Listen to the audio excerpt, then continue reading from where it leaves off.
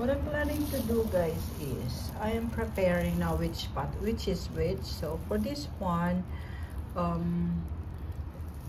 will use that pot.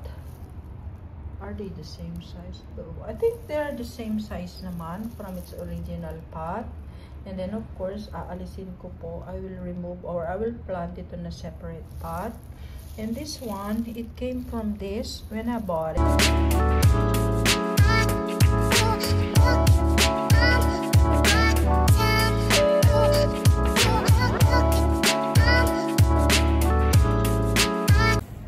Hello, good morning guys. Welcome back to my channel.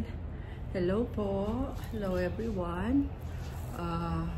It's a cold Tuesday morning here po dito sa New South Wales. I'm going to share with you my succulents na nangangailangan ng recovery or hospitalization. Kasi po yung isang succulent ko is nilalamig. So yung isang stem niya is medyo nag-rot, fell down. So I need to plant it to another pot. And I need to revive my plants po, my succulent. And thank you so much for watching my videos, my vlog. And I really appreciate all of those who continuously supporting my channel. Thank you, thank you. I will try to add or put like the comments, the messages that I've been getting on my specific videos. I will try to appear here either on the right or left side po. Okay, so what I'm going to do is i-share ko po sa inyo kung anong aking gagawin today. As you can see po guys, ayan, meron akong succulent na hindi po maganda ang kanyang nararanasan ngayong paglamig. So this is the name of my succulent, Botanicaule Pachyphytum. Kahawig po siya ni Aviparum. What's happening is, since nag-start na po, since we experienced this cold weather, colder temperature po, I don't know what to say, how to explain it, but I can say na is not thriving. My succulent wasn't thriving with the cold weather. As you can see the stem on the under the soil, it's kind of rotting. So nabali na po siya, fell down there. So I need to make sure that I can still have it alive by transferring to a new pot, bagong paso po. Kaya po yesterday, I was so happy that I have my husband with me yesterday, and we ended up buying soil finally. This is succulent mix. We bought it in Bunnings yesterday. Let me just alright, so since it says premium potting mix, this is not a paid advertisement whatsoever. I was just trying to show you this type of soil mix that I bought yesterday. So I hope this will make my succulent come alive. And I'm going to show you as well. The other day we went to my mother-in-law's house, and there were pots of succulents. And I saw this specific one. I don't know the name, but I do believe this is a Pachyphytum as well, considering, not really sure if it is a Pachyphytum, but would it be burrito or donkey's tail or whatsoever. But as you know me, I am fond of succulents with a stone shape. Yan, stone shape po siya. Di lang po ako sure if kapamilya ito ni banana or Sedum aurora, pero kakaiba po siya eh. Ayan o, sa isang stem. So when I saw this, it's already touching the ground. So from dapat nakaganyan po siya, nakatanim siya sa paso, then pagganyan, tas nakaano na po siya sa ano, sa ground, touching the ground already. So ano naman itong halaman na po. So hiningi ko po ito. I asked my sister-in-law if I can have it, and then she said yes, by all means I can get whatever I want from that pot. And then pull it out from the pot. At iyan po yan siya, guys. So, ilang araw na po yan siya.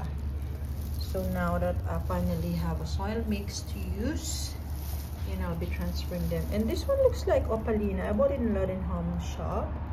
And then this one, I bought it the same shop. Not at the same time though. I bought it first before that. And as you can see, the soil is not enough to make it grow stronger or healthier. So I'll be transferring to another pot as well. And I have a surprise for you guys. This one, my husband, with my husband's permission, he bought me another plant. So this is an Echeveria Lady Grey. One good thing with Bannings is all plants or succulents that they sell in there, it has a name. Ayan po. Lady Grey, I don't know, but Lady Grey. So let's try to start reading. Lady Grey is a large family succulents originating in Mexico. Just blah blah blah. Superb as a feature plant using mixed planting containers or balconies. Prefers bright light, tolerates heat and dry conditions, can stand cold temperature, frost when mixing is dry. Okay, alright. So the reason I bought it is because it has plenty of pops. Yan, isa. 1, 2, it has plenty of offsets already. Then 3, and the main stems. And there's one baby underneath. If I can just remove this one off, as you can see. You know, guys, if I will remove this rosette, there's a baby underneath. So I have a total of 4 pops. So yes po guys, and I'm just trying to share with you what I have here. So I'll be planting. This will be my first planting video or vlog that I'm doing here in Australia for the very first time po guys. Ayan, nakakatuwa naman po itong ano nila. Oh look, this is the smallest terracotta. And when their terracotta here is much nicer kasi the texture is a little smoother than what we have in the Philippines po.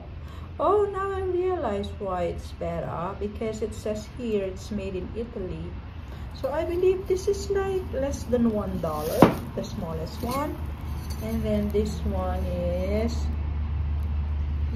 so everything is made from Italy. Yeah. Wow, so nice. So this, I bought 2 pieces of same size, and I bought a bigger one. So kung ito po ay nasa $2, so that's like 70 pesos something. There are plenty of pots in Bunnings po, which I believe a good item. This is the biggest. Made in, can you read that guys? Yeah, it's made in Italy as well. Oh, there's the tag. Yeah, smooth bowl terracotta. That's why it's fine. The texture is finer compared to what we have in the Philippines. So I'm sorry guys if I will use of course I'm not going to use the utensils that we're using in our kitchen. So I found this one. This is made of plastic, and yesterday we went to a Vietnamese shop and we ate a pho, and I had this chopstick, didn't use it. So I didn't have any gardening tools with me at the moment, so temporarily I will use this fork and this chopstick to plant my succulents. And again, I scoop soils from the pack or sack of potting mix using my tabo, or this one, like that. This is, I'll be buying planting tools next time po. That will be my next assignment. So stay with me in this video, and I'm so excited now kasi alam niyo naman, every time I plant succulents, this is kind of giving me like happy and interesting and joy vibe. Nakakatuwa lang po. I feel happy doing it. So yes, and stay tuned po, and I'll be starting to prepare planting my succulents. Whoever watching this vlog po, kindly help me please to identify the name of this succulent. I'm not really sure if it is burrito or donkey's tail or yeah. Kindly try to type in the comment section box the name or the identification of these succulents. Thank you so much, and stay tuned. What I'm planning to do, guys, is I am preparing now which pot, which is which. So for this one, I will use that pot. Are they the same size though? I think they are the same size naman from its original pot. And then of course, aalisin ko po. I will remove, or I will plant it on a separate pot. And this one, it came from this. When I bought it, one stem, that stem fell out. And then since this only like less soil in it, so tinanim ko po siya dyan, and I can say na it's growing because it's very sturdy na po. It doesn't move. So yes guys, so that way I will use a brand new pot for that. And then this one, since I have two, so maybe that one and this one over here. Alright, let me just try to check. Or maybe I can use this, transfer this to this, or this one to this one. This is smaller compared to this, but let me just check saan ko po ito itatanim. So maybe doon na lang din siya. Sisingit ko siya sa baba. But anyway guys, I hope whatever will be the outcome will be pleasant to our eyes. That is our main goal anyway. And yeah, I'm about to start opening the plastic bag of my Osmocote. So tayo ko lang po kayo dyan guys. Ang hirap ng ganito, no, yung mag-isa mo lang siyang, yung you don't have enough items to film a video properly. So let me just try if make it higher. Ayan po guys, I'll try to make the camera higher. Ayan, I think this is working. Yeah, and then zoom in a little bit. Ayan, what do you think guys? Is it working po ba or not? Anyway, that's the best I can do naman po. Alright, so let's try to start doing it. Gumamit po ako ng plastic para po hindi po magasgas yung ating glass table. So yes guys, so where are you ba? So yeah, okay.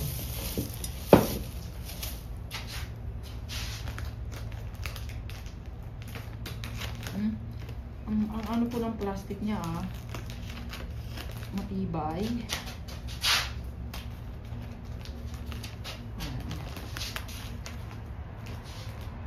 Guys, medyo malamig pa rin po dito sa New South Wales.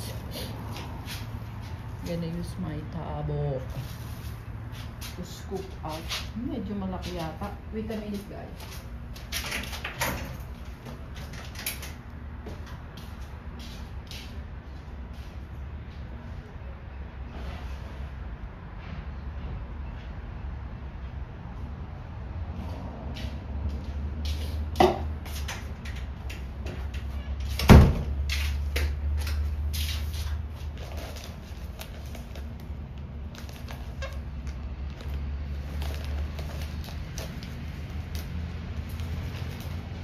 Oh my god. Oh, I need to guys, I just realized that malaki po yung butas. I need like a mesh type, but I don't have it here yet. Meron po ako sa Pinas na here. So I need something to cover the bottom part po. So I'm thinking what to use. Wait a minute. I gotta pause this for a while. I hope this would do, guys. Temporarily. Saan na bang aking gunting? Where's my scissors? Ayan.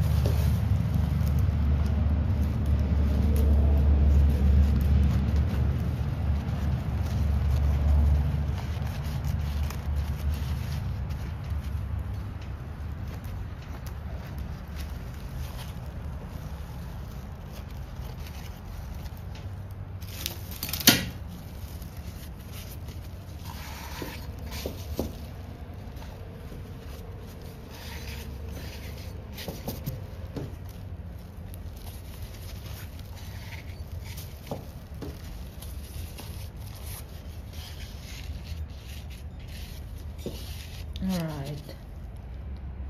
Okay. Hope this will work. Ayan po guys. So, ayan po ang aking ginawa. So yes. Tapos